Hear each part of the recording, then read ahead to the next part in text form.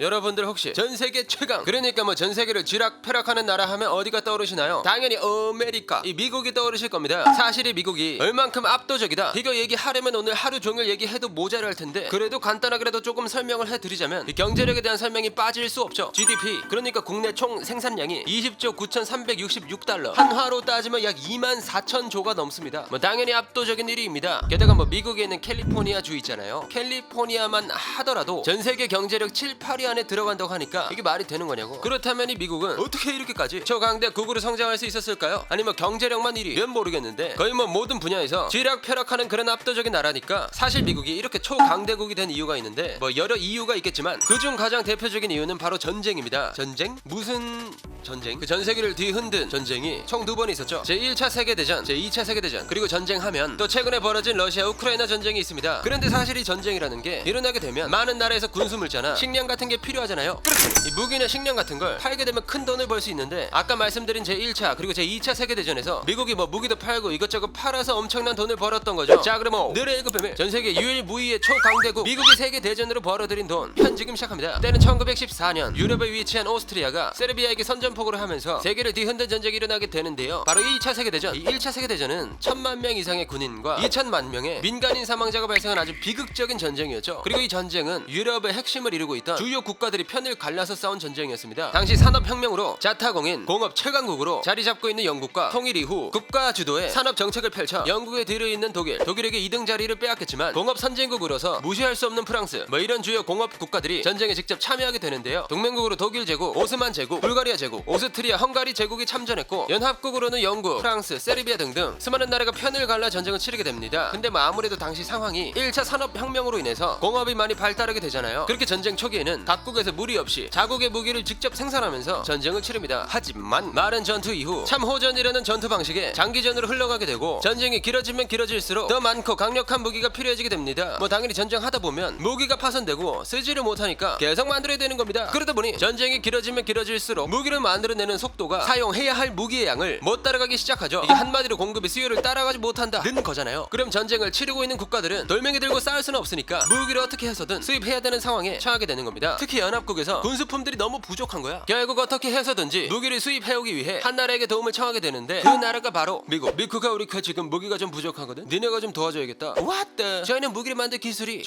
조금만이 부족한걸요. No problem. 우리가 좀 알려줄게. 빨리 좀 만들어서 가져와. 일단 알겠습니다. 한번 해보겠습니다. 뭐 그때 당시 미국은 나라 자체가 유럽에서 거리가 멀고 부딪힐 적이 없다 보니 무기 산업의 발달은 크게 이루어지지 않은 상황이었는데요. 원래는 미국의 산업은 자동차나 뭐 가전기기 같은 생필품 위주의 중공업을 발전시키고 있었고 그때그 당시 미국의 그 넓은 땅덩어리를 지키는 병사가 45만 명밖에 안 됐었습니다. 하지만 영국이나 뭐 프랑스에서는 어떻게 해서든 무기를 구해야 하잖아요. 뭐 어쩔 수 없이 발등에 불똥 떨어진 듯 미국한테 이렇게 만들어라 저렇게 만들어라 하면서 미국을 재촉하기 시작합니다. 그러다 보니 1차 세계대전이 일어나고 난 뒤 미국에서 급격하게 군수산업을 확대하게 되는데요. 아니 뭐 당연히 자동차나 뭐 가전제품 만드는 것보다 연합국한테 무기 만들어서 파는 게 훨씬 이득인 거지. 그렇게 중공업 사회에서 군수산업으로 산업 구도를 변화시키게 되고 미국은 빠른 속도로 발전하게 되는 겁니다. 그런데 이런 와중 미국이 연합국을 돕는 것이 동맹국 입장에선 굉장히 불편해지기 시작했습니다. 안 그래도 미국은 영국인들이 이주해서 세운 나라인데 중립국이라고 하고 영국이랑 짝짝꿍하는 게 너무 싫었던 거야. 게다가 미국이 발전하면 발전할수록 연합국에게 지원하는 무기들이 좋아지니까 가만히 보고만 있을 수 없는 거지. 결국 독일은 연합국과 미국을 동시에 견제하기 위해서 기회를 엿보다 공격을 가게 되는데 바로 무제한 잠수함 작전. 이 작전으로 미국 상선이 피해를 입게 되자 미국은 깊은 빡이 치기 시작했고 이때부터 연합군과 함께 1차 세계대전에 참전하게 됩니다. 뭐 당연히 미국이 참전을 하게 되면서 동맹국에게 대응하기 위한 전쟁 물자 보급량이 급격하게 증가하기 시작하고 군수 물자를 생산하는 공장이 쉴 틈 없이 돌아가게 되잖아요. 뭐 그렇게 연합국에게 군수품을 공급하던 미국은 경제적인 발전에 이르게 되는 겁니다. 근데 이때 당시 미국이 연합국에게 수출한 군수품의 양이 어마무시했는데요. 그 값은 무려 50억 달러. 뭐 이렇게 보면 얼마 되지 않아 보이는 것 같지만 현재 시세로 따지면 그 값을 체감할 수 있습니다. 1914년부터 1918년도에 갇히니까 뭐 현재 시세로 따지면 110조 정도 되겠네요. 게다가 이때 미국 정부에서 연합국에게 93억 8,631만 달러를 대출해주기도 합니다. 뭐 영국은 41억 3,600달러, 프랑스가 22억 9,300달러를 빌리게 되는데 안타깝게도 이 두 나라는 빌린 돈을 만져보지도 못합니다. 애들아, 내가 돈 빌려줄 테니까 천천히 갚아. 너네 상황도 내가 다 이해한다 임마.